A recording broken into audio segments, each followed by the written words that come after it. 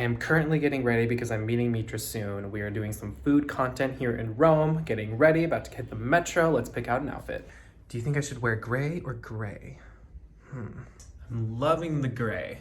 Rule number one of being in Italy is that you have to look good. You can't let anyone know that you're ugly. That just doesn't fly here.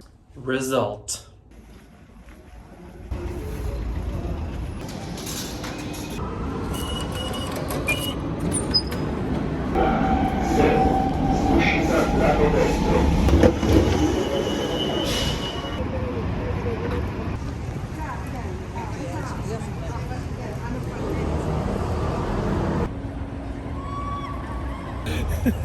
What are you doing? I don't know, I'm just vlogging everything We're just now. vlogging everything now. I just came from the nutritionist. Isn't that interesting, guys? Did you say that in English, nutritionist?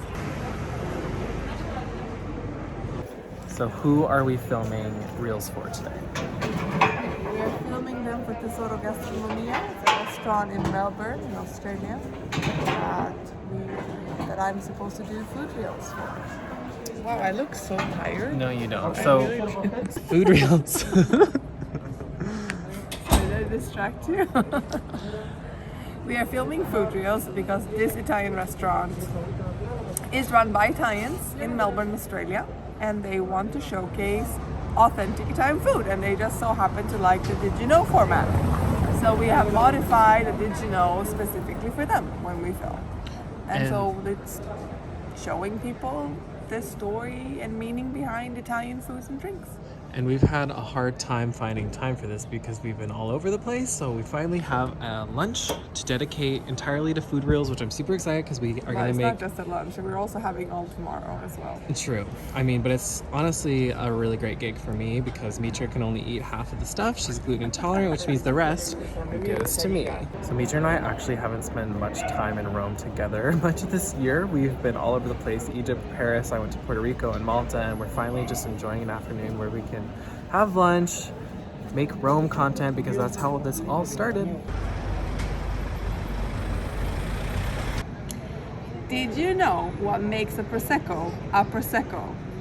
This reel is presented together with Tesoro Gastronomia in Melbourne, bringing you bite-sized snippets of Italian food history. You see, a Prosecco, this sparkly, bubbly, golden drink, is also sometimes called spumante, and they're fairly the same. Spumante, however, is a type of wine that can be made from north to south of all of Italy, whereas Prosecco is predominantly made in north of Italy.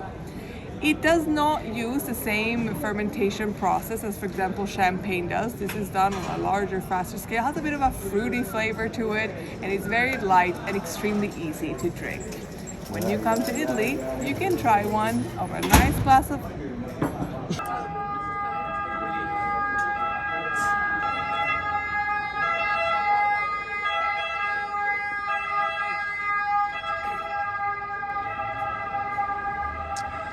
So if you think that it's easy to film one reel because you think let's sit on a quiet street, it's 15 minutes, we still can't get a reel out because they're scraping on metal chairs, there are scooters passing, there are ambulances, basically, you know, Rome being Rome, it's a city, and here comes yet another car driving by where doors are slamming. Y'all, one little tiny reel sometimes takes a really long time. Making reels is hard. Not me thinking this was going to be a quiet street. Right? Doesn't it look really quintessential, quaint, quiet? It's not. This reel is presented together with Tesoro Gastronomia in Melbourne, bringing you bite-sized reels with Italian food and culture and history. And that's what Italian food history and culture in bite-sized reels. That's not what I was. Until then, follow me, I'll lead the way. Of Italian food history and culture. Don't forget that when you go to Tesoro Gastronomia buying yourself a coffee, you are competing for a chance to win a trip to Italy this summer and get a guided tour with me. Until then, follow me, I'll lead the way. So we just busted out 2 reels. So we just finished 2 food reels, you guys. 2! We had a nice little lull where there's no traffic and no people talking and no waiter screaming in our ears. And now we get to actually enjoy the food. This is a big moment for us. Well, so this is the after. Mitra gave me all of her Prosecco because she just went to the nutritionist and wants to be healthier. No. I actually don't like Prosecco. I like Franciacorta. You see, in my case, beggars can't be choosers. Cheers. Whoa, this is what I look like through Prosecco, you guys. Point of view, you are the Prosecco.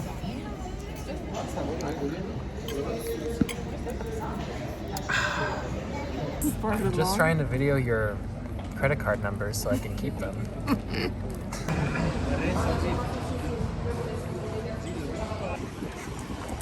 Wait up. Hey, tour guide Mitra. We are walking a random street. Can you explain the history? Via del Corso, which is one of the longest, it is the longest street in Rome. So we have Piazza del Popolo behind you, and it goes all the way to Piazza Venezia. It is 3 kilometers, 2 miles. Although I'm sure some Wikipedia warrior comes and corrects me on the exact measurement down to a tenth of an inch, like you always like to do. Corso means to run, so it was a racing street, running street. All the buildings here are old palaces from old Roman nobility, I palazzi. And they are now mainly stores on the lower level. So this is a big shopping street, especially the first third of it. The second half becomes more banks as it goes out to Piazza Venezia. But it is pedestrian for the first half, and then pedestrians have to go to the sidewalks on the second half. There are a lot of shoe stores in particular, I'm noticing. Or they kind of group up. Like you have also the big Nike store, H&M's flagship store is here. I don't remember because I don't shop much.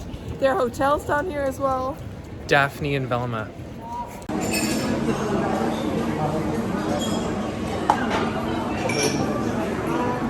It's always a little chaotic in there.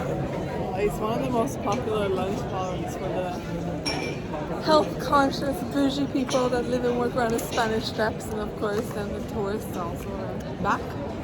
I really like health food though. Me too. This is look. Look at it. It's made of avocado, dates. I'm gonna have to try yours.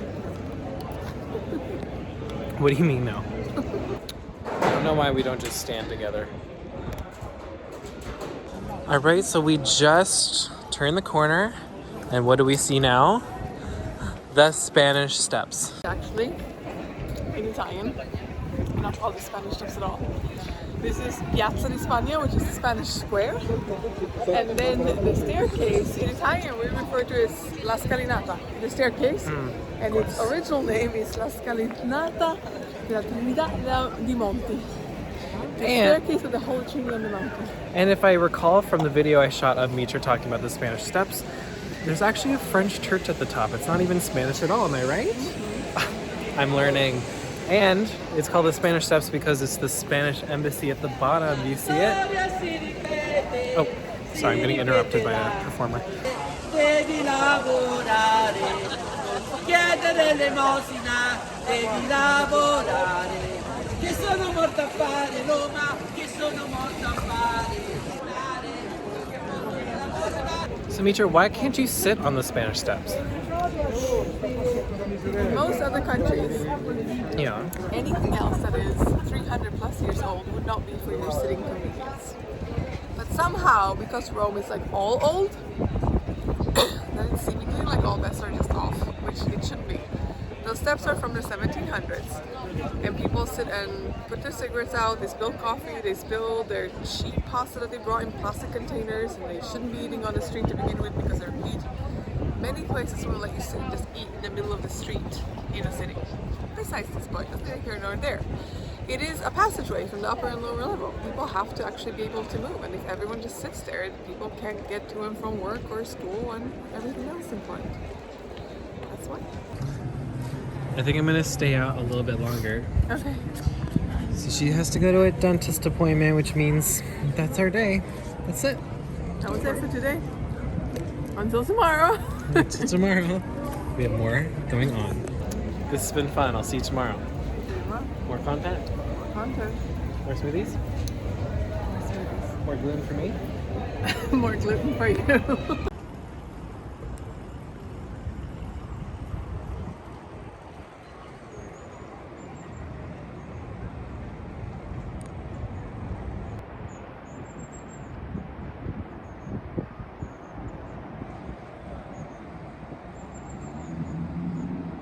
Day 2. Outfit is similar to yesterday's, but a little bit brighter. Ciao. I totally didn't see you earlier today. This is definitely an authentic first hello. It is super authentic. Yeah. We did not ride the subway together to get here at all. No, this was totally authentic. Rumors.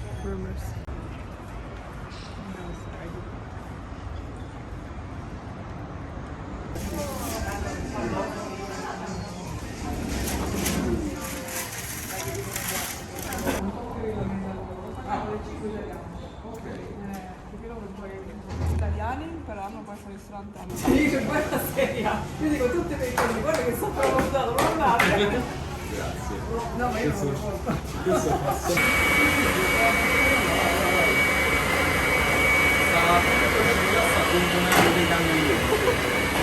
He's making cannellonis in the back. I'm overwhelmed with all the stimulation.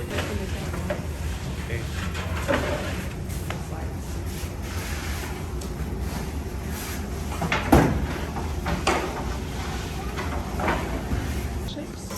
Of bread? Anche quello? Questa cosa girare a fare foto, diciamo anche avanti monumenti. What is he? He's the baker.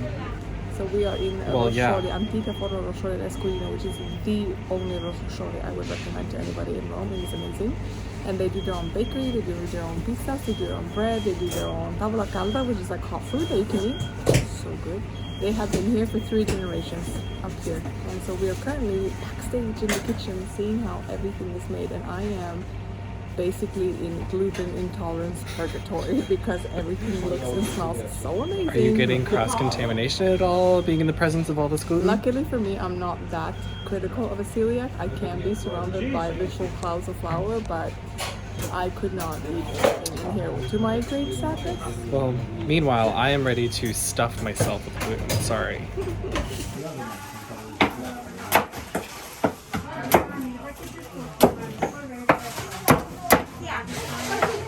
Volete famo pure il triplo salto gattiato,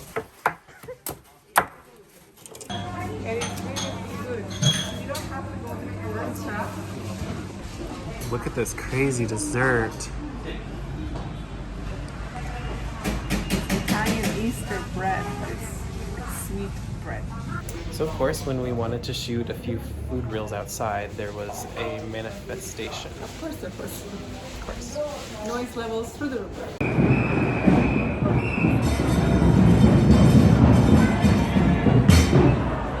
This is a colomba. It means the dove. It is Italian sweet Easter bread. It is basically the same idea as the pandoro and panettones for Christmas. So in the 1930s, Motta, the company that made them, wanted to use the same machines, the same ingredients, and basically just cash in on the Easter market, because why not? And we all like some sweet bread, so it is puffy with candied oranges inside of it. And then you can also today fill it with chocolate, cream, everything, I mean truly everything under the sun. There's a crushed almond sugar paste brushed on it, and then almonds and pearly sugar. It goes in the oven, and it's usually given together with Easter eggs for Easter. I smell the beautiful almond flavor. It is so good. You can eat it. What is this? It looks like an egg? It is casatiello. It is bread with cheese, ham, it means everything. Everything you can imagine is in a casatiello is there. It is heavy, but it's good. Breakfast and a cake. And basically it is symbolizing for Easter the crown of thorns of Christ and the resurrection. I love that. Maybe I will crush out again. Yes. All the best. Thank you. Bye. That's so funny. You're famous. Huh? You're famous. I'm not famous. So we're done with the pizza since you're eating it. So good. Hectic shooting day. Where are we right now? Cecchini, which is a deli 3 generations strong. They have their own farm, so they alone it's their own production, and they've been here for 3 generations, serving up the best of Roman deli that you can find. And I have been filming content in here since 2019. This is a familiar stop from the food tour that I used to film. It's good to be back. This is actually my old neighborhood. Prodotto ottimo, chiaramente di sapore molto intenso, prosciutto stagionato. Storia del prosciutto. Hai fatto bene. Ma provi 2 parole. Hai fatto sotto un minuto, il format giusto. He let him say. He took my job. Ovviamente tutti questi procedimenti che abbiamo nella stagionatura, chiaramente con diverse pezzature, diverse grandezze e quindi diversi tempi di stagionatura, la stessa cosa. Allora, come usare e quando dipende dall'esperienza e dalla tradizione. Allora, il guanciale si usa nei piatti tipici. What is he saying? I've learned this is so interesting, and it's the whole course of like just how to use what and when depending on factors like culture, tradition, personal flavor. In Cecchini, they personally make all of their own curated meats. Like they have their own animals. They do it. They will have the prosciutto hanging for a year and a half, and they will do all their own salamis. And it's just really interesting to learn from a third generation deli maker the whole process and traditions behind everything. That's what we're doing. Italia, centro Italia.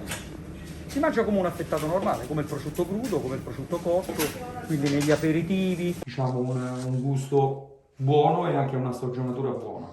E queste maiali che usate sono animali vostri o? No, non sono animali nostri, sono animali nazionali, italiani, nati in Italia. Dopo chiaramente assaggiamo qualcosa. It's actually amazing. It's so much. They don't have their own animals, but it's all their own production. All the meats they do by themselves. This place is tiny at the deli. It's about 20 times bigger in the back, where they have all the rooms where they're curating the meat, where the prosciutto is being made. It's gonna hang there for like 2 years. They just showed us what fresh salami looks like. It's gonna shrink to basically half of it. I can't believe it hangs for years. Isn't it amazing? That's insane. Like cool, dry, dark environment. Ooh, just the way I like it. And think about all the prosciutto that's just hanging out there right now. Just hanging out. And all the prosciutto that's meeting its end the moment it meets the mouth of a consumer. It's been a day. So the owner of this place just really nicely gave us this whole tray of meats and cheeses. Of course, they're closing right now, so we feel bad for eating it and keeping them here. But it's so good. Pecorino. You get the same thing as yesterday? No, they look the same. Avocado and mango with aloe vera. Again?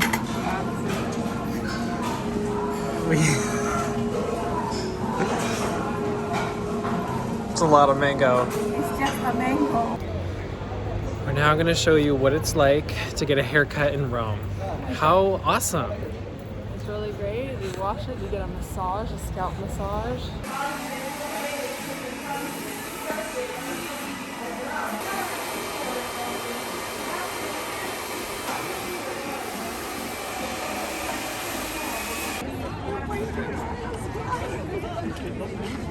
This video is not over yet.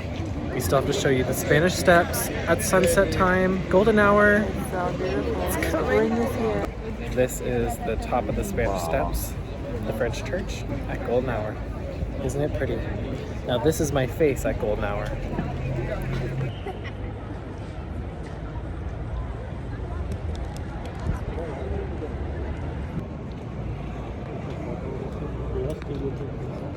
If I stand here long enough, she'll notice me. Huh? Another day in Rome, you guys. Isn't it gorgeous? No, I don't want bracelets. Oh, Mitra. And thank you, Jeff, for continuously filming a middle-aged woman from below like a frog. So I look even more like grandmother of SpongeBob SquarePants. I'm so appreciative. I don't know why I always feel so low. Look at this light happening. We're walking in an Italian dream. We are. Monster door. I have to video this very quintessential Roman street. Thanks so much for watching. In this video, you watched us gather food content. We went to a bread shop. We went to a deli. We went to Ginger twice. We battled a lot of background noise. We got our hair did. See? And hydration treatment and blow dry wash style. And Jeff got a haircut. I got a little trim. And we showed you more of the daily life in Rome. Until next time, bon voyage.